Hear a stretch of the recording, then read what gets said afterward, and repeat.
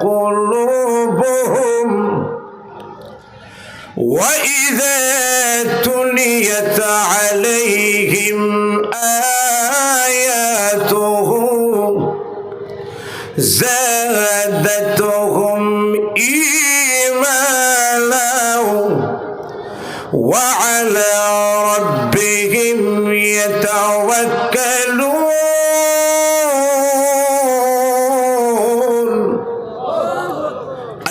পবিত্র কোরআন সূরাতুল আনফালের 2 নম্বর আয়াতে মুমিন বান্দার গুণ বৈশিষ্ট্য আলোচনা করতে গিয়ে বলেন ইন্নামাল মুমিনুন। তাফসীর জালালাইনের মধ্যে লেখেন আল কামিলুন আল ঈমান, প্রকৃত ঈমানদার তো তারাই, প্রকৃত ঈমানদার তো তারাই যারা ঘুষ খায়, জোরে বলুন না, যারা সুদ খায়, যারা বিচারের সময় মামা আদান প্রদান করে, তারা কি প্রকৃত ইমানদার? তখন বলছি যে মুমিন বুকে হাত দিয়ে সবাই বলতে পারবেন না মুমিন কি মুমিন না। একবার এক ছাত্র হাসান বসরি রহমতুল্লাহি আলাইহিকে প্রশ্ন করেন,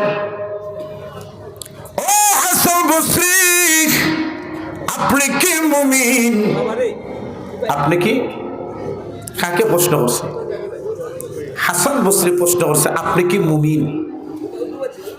আপনি যদি মুহতামিম সাহেবকে জিজ্ঞাসা করেন হুজুর আপনি কি মুমিন, এই প্রশ্নটা যেই শুনবে হবে কত বড় কথা, কার কি কথা হচ্ছে, ঠিক না?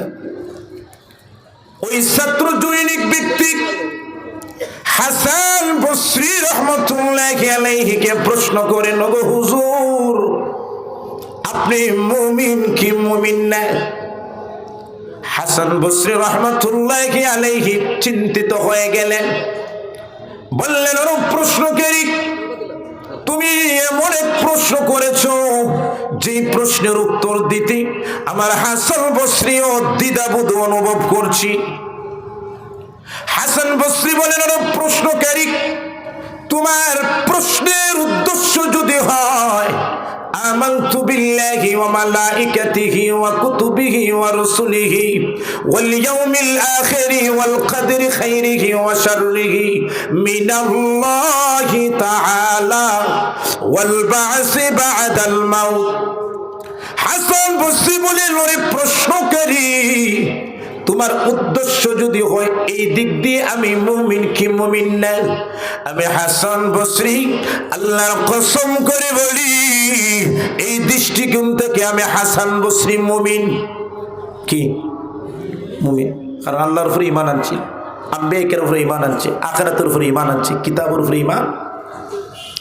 কিন্তু হাসান বসরি বলেন ওরে প্রশ্নকারী যদি তোমার প্রশ্নের উদ্দেশ্য হয়ে থাকে সূরাতুল আনফালের 2 এবং 3 নম্বর আয়াতে আল্লাহ মুমিন বান্দার সেই গুণাগুণ আলোচনা করেছেন, এই দৃষ্টিকোণ থেকে আমি হাসান বসরি মুমিন কি মুমিন না।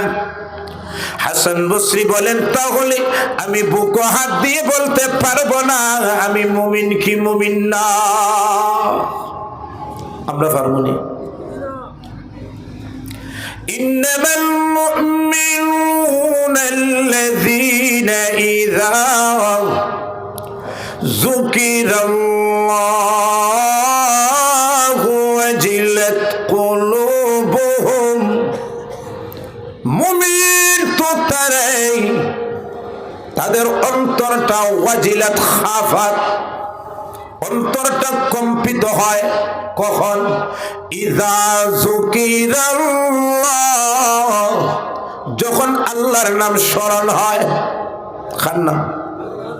কার অন্তরে? যদি মুসলমানের অন্তরে আল্লাহর নাম স্মরণ হওয়ার পরে অন্তরটা খাফাত ওয়াজিলাত খাফাত, অন্তরটা কম্পিত হয়, তাহলে আল্লাহ বলে সেই প্রকৃত খার বল, জোরে বলো না খার বল। তাহলে আল্লাহর ভয় যদি তার অন্তর থাকে, তার অন্তর যদি কম্পিত হয়, আল্লাহ বলেন সেই প্রকৃত ইমানদার। তাহলে মুমিন বান্দার 1 নম্বর বৈশিষ্ট্য হইল কার ভয় থাকতো? আল্লাহর ভয়।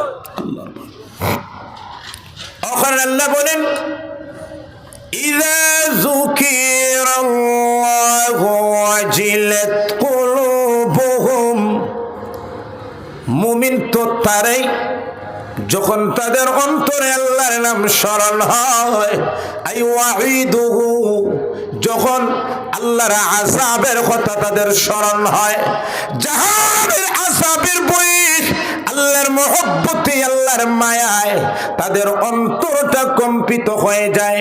আল্লাহ বলেন এই গুণ যে মুসলমানের মধ্যে পাওয়া যাবে সেই প্রকৃত ঈমানদার, সেই প্রকৃত।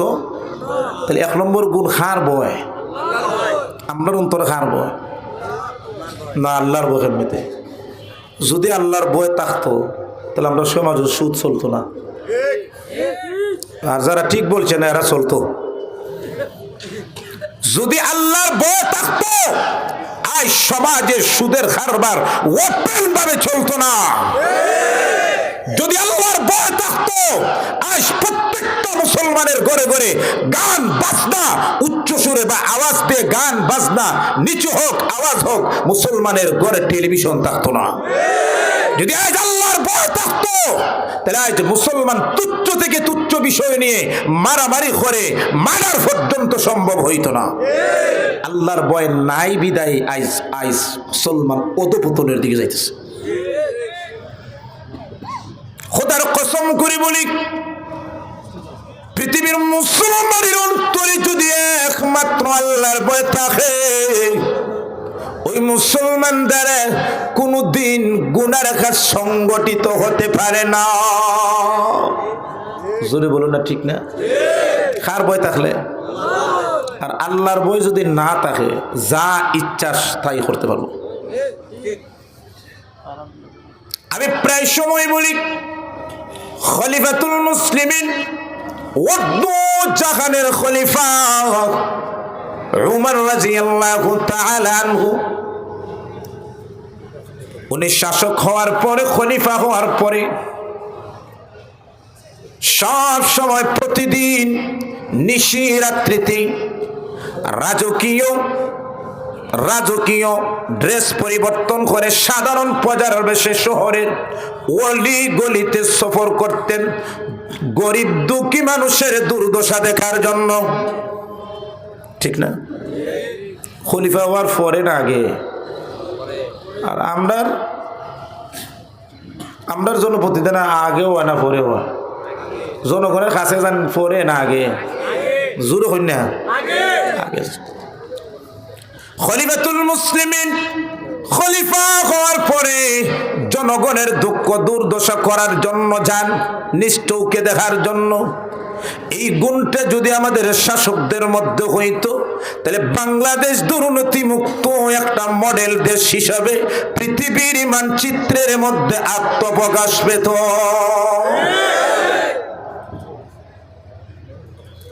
তুই দেখলা এক গোড় থেকে আওয়াজ আসতেছে রাত্রে, জীর্ণ শীর্ণ একটা গোড়। মা মেয়েরে বলছেন দুধ পানি দেও, মেয়ে বলছেন না, খলিফার নিষেধ, দেশের আইন, দুর্নীতি চলতো না। বলছেন খলিফা দেখতেছে নাকি? তাও তোর দরজা বন্ধ, খেয়ে দেখব না। মা বলেন দুধের মধ্যে পানি মিশ্রিত করো। মেয়ে বলেন খলিফার নিষেধ, দুর্নীতি চলবে না। মা বলেন গভীর রজনীতে খলিফা দেখবে না, সিআইডি দেখবে না, রেপ দেখবে না। মেয়ে বলেন মা আমি এমন আল্লাহর উপরে মেলানি নাই, গভীর রজনীতে দুধের মধ্যে পানি মিশ্রিত করলে আল্লাহ দেখবেন না, এমন আল্লাহর উপর আমি ঈমান আনি নাই। মা যদি আল্লাহর কুদরতের চক্ষু ফাঁকি দিয়ে দুর্নীতি করা যাইত আমি দুর্নীতি করতাম, কিন্তু যেহেতু আল্লাহর চক্ষু ফাঁকি দেওয়া যায় না, আমার দ্বারাতে এই দুর্নীতির কাজও সম্ভব হবে না। কার বয়ে? কার বয়ে?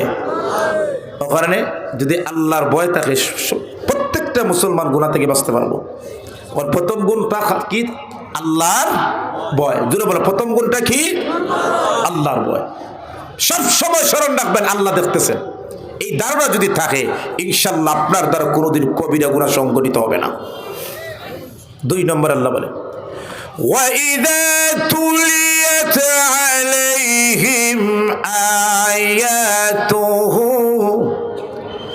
زادتهم ঈমানা। যখন তাদের সামনে কোরআন,